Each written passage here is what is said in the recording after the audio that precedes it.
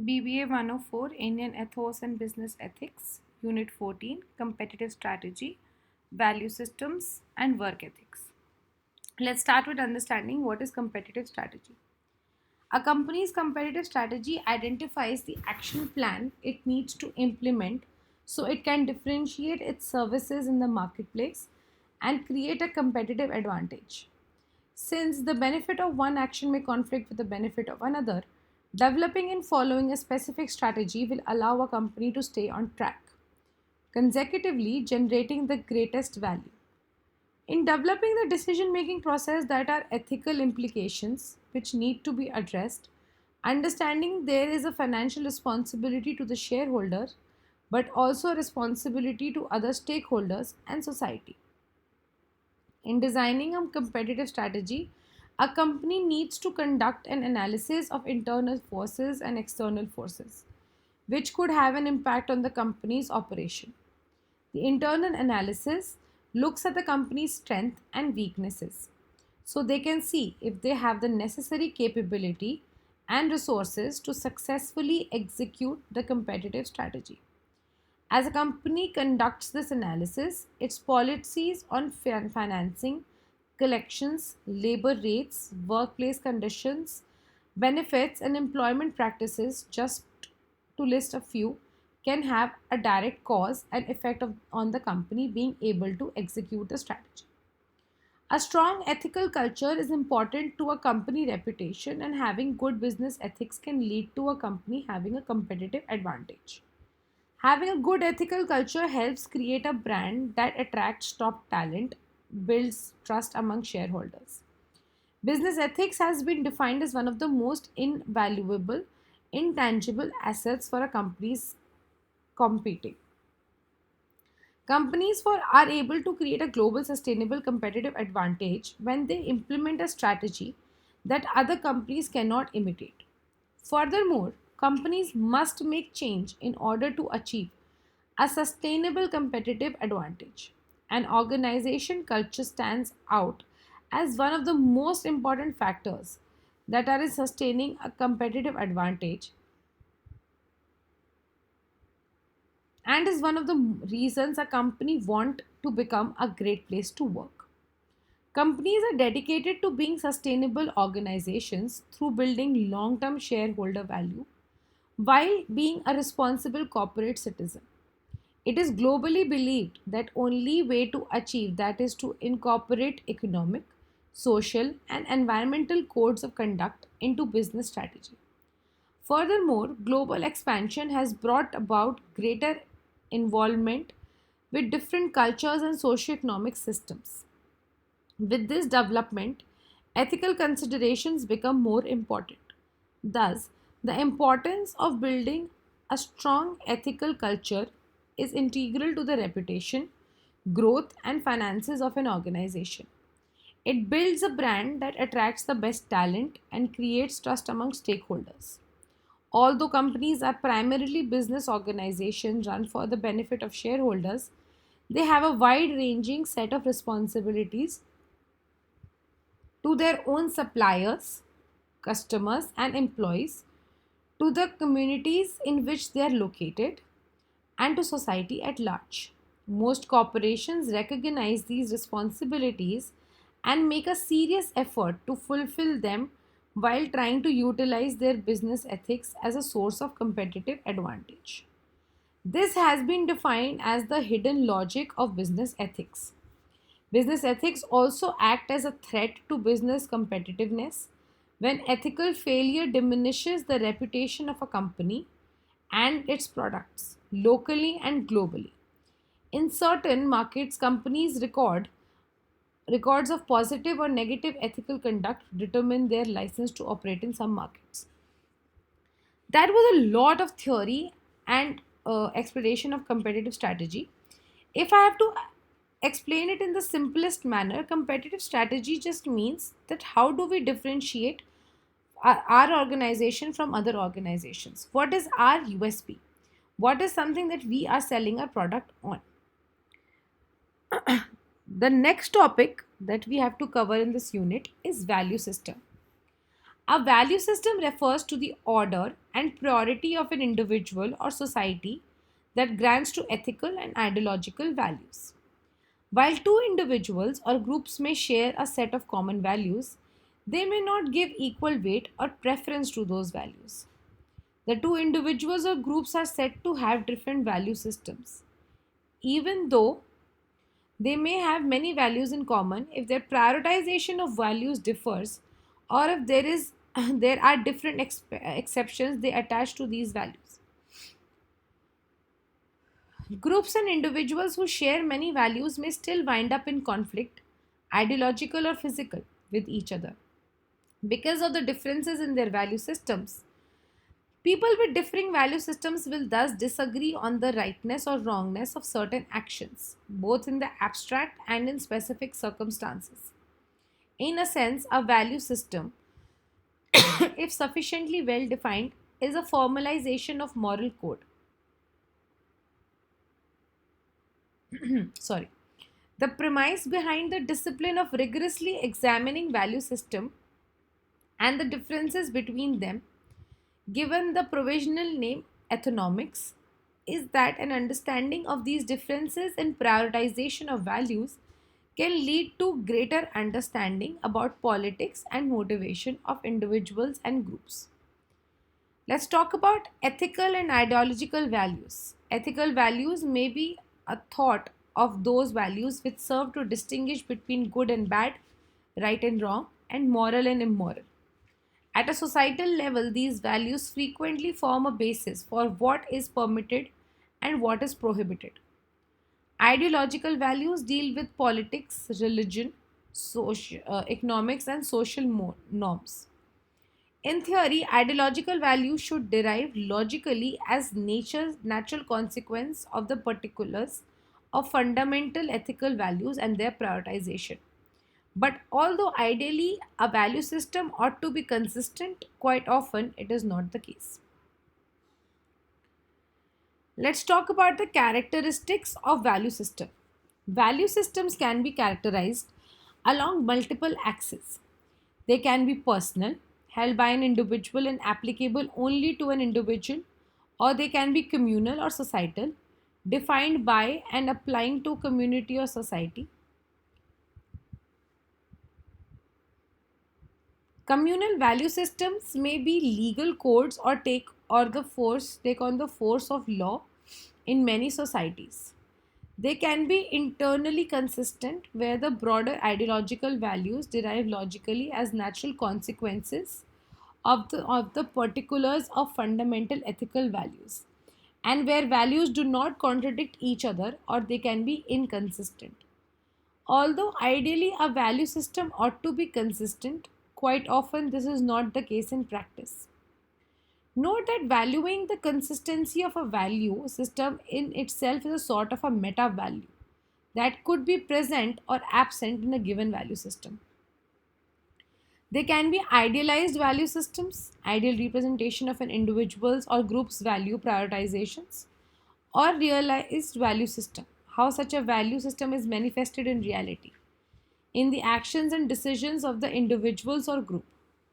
Idealized value systems tend to be absolute in that they are codified as a strict set of prescriptions or behavior, while realized value systems contain conditional exceptions that are rules to resolve collisions between values in practical circumstances.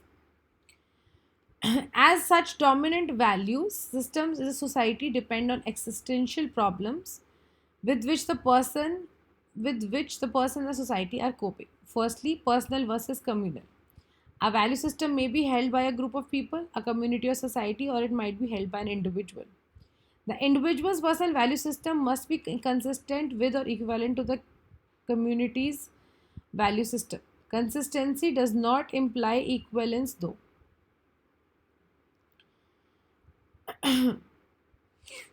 Second, exceptions. One way of looking at difference between the value system is to think of the exceptions to the rules associated with the values.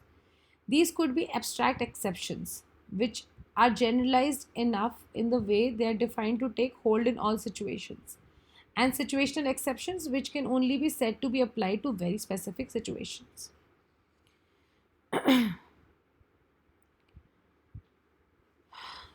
This brings us to our next topic, work ethics. Work ethics definition could be termed as moral guidelines that an organization as a whole and the individuals who comprise it follow to comply with the state and federal laws. Ethics also are the basis of cohesive, supportive company culture and an important way for a company to build a strong relationship with its customers. Employees may also find it challenging and uncomfortable to survive and work for the long term in businesses where a strong work ethic is lacking. Many companies make their work ethics into marketing points such as Chipotle advertising does not source meat from suppliers but also that use artificial hormones or antibiotics in the meat production. Similarly, Lush's commitment to minimizing waste by using recycled materials for its labels and the proper packaging is used on their ethics. Talking about importance of work ethics are important because they keep all the members of an organization accountable for their actions. Sorry, Maintaining a strong ethical code creates a sense of security through boundaries for employees. It also enables management to make decisions that benefit the company as a whole while meeting consumer and employee needs. By creating boundaries for employees at all levels, workplace ethics help employees feel valued. In a workplace with no ethical standards, an employee might feel that she cannot speak to a superior about her sexual harassment experience, or as if she has no guidance on how to manage interaction with a difficult customer. Just as in romantic and family relationship, ethics serve to create healthy relationship between colleagues.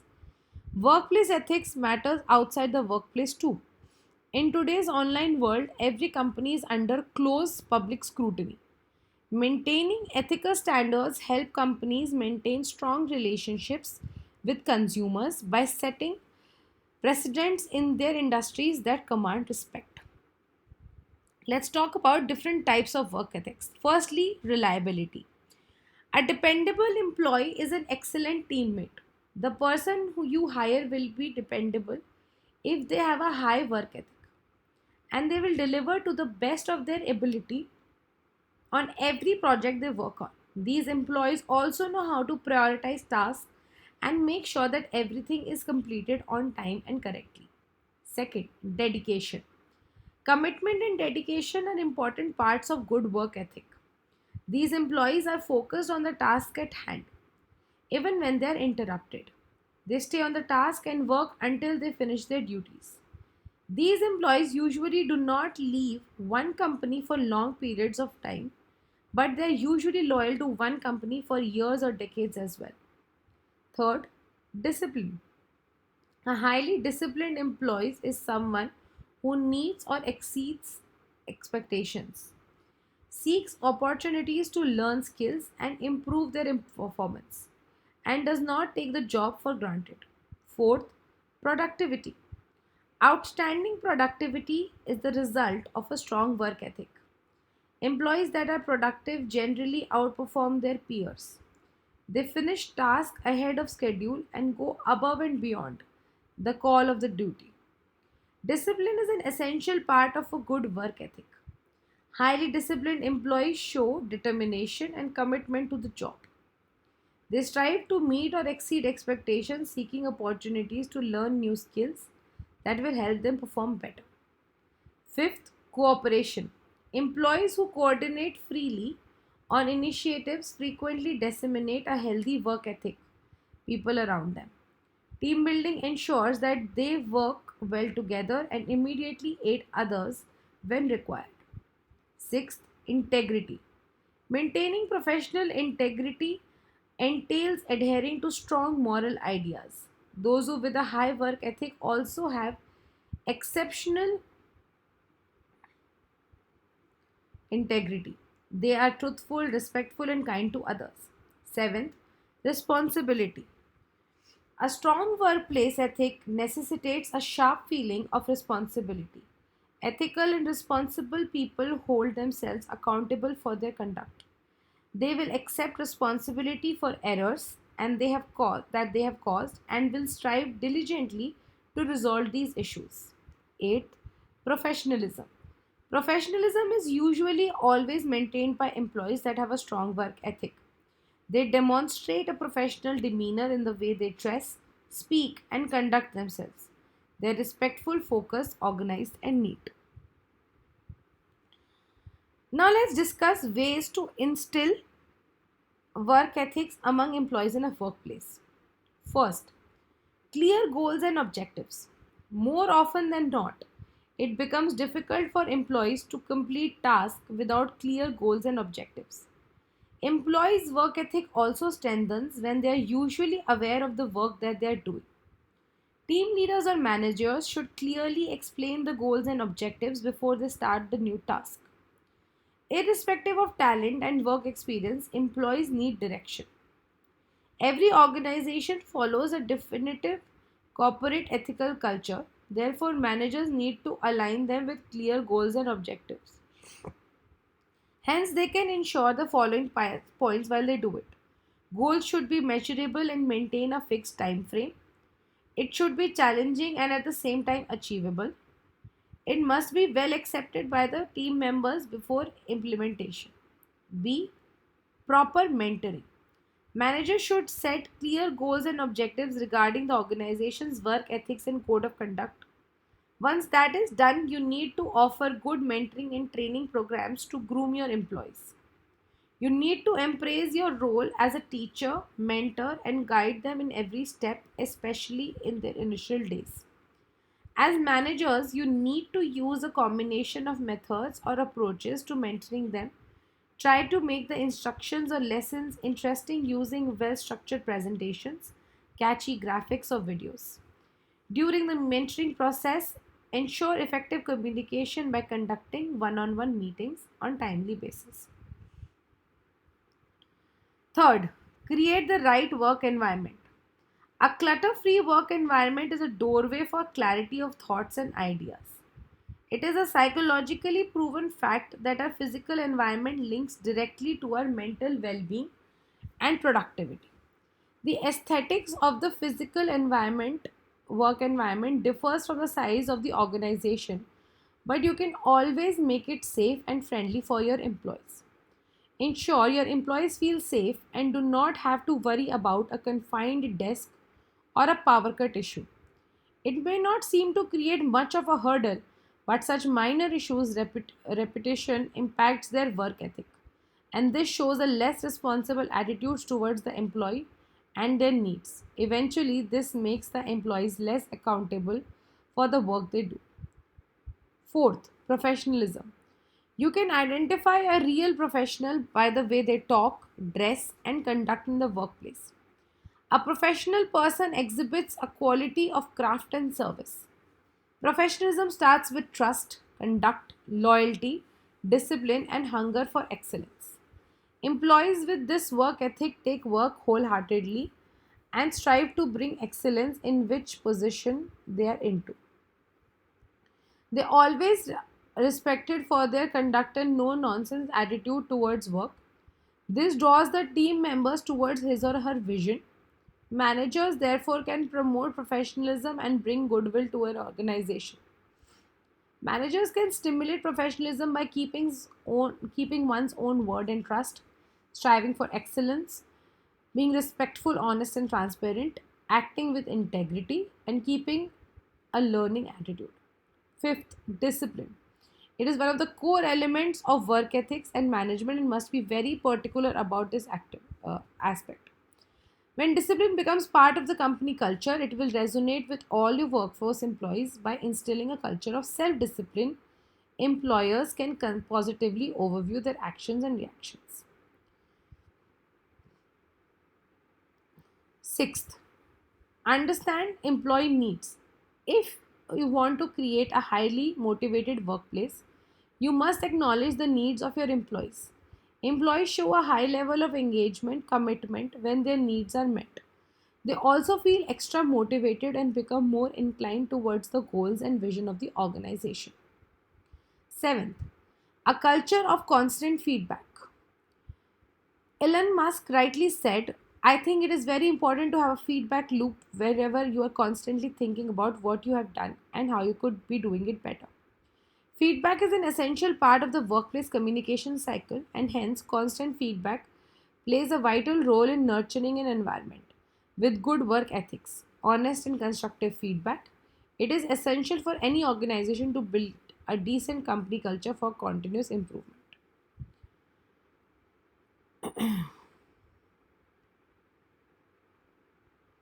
Eighth, fuel their spirits.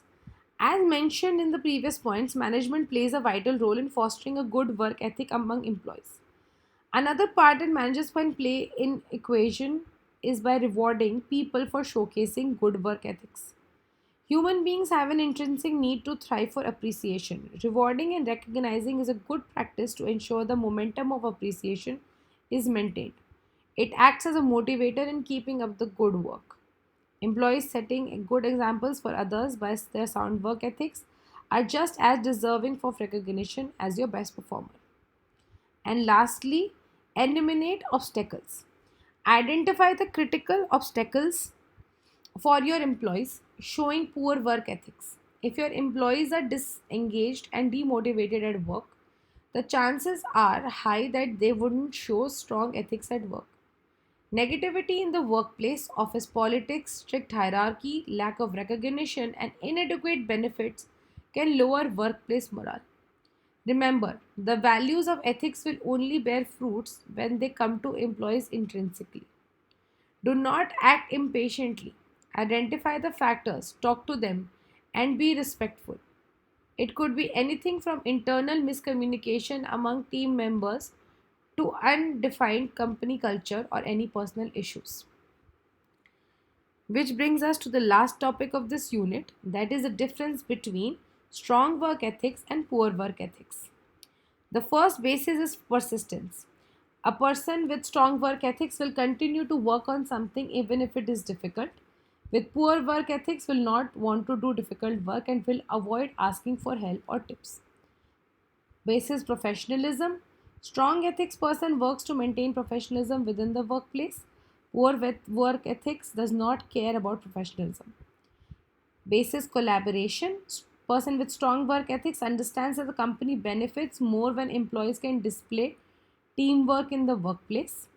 And person with poor work ethics does not care about creating an open collaborative workplace, will often disrupt group settings with behavior that minimizes their colleague contribution. Basis responsibility. Person with strong work ethics respects the work they are given and is consistent in completing it. They also take responsibility for any mistakes and work to correct them. People with poor work ethics do not take their duties within the workplace seriously. Job related tasks will be really their first priority. This brings us to the end of this unit. Thank you.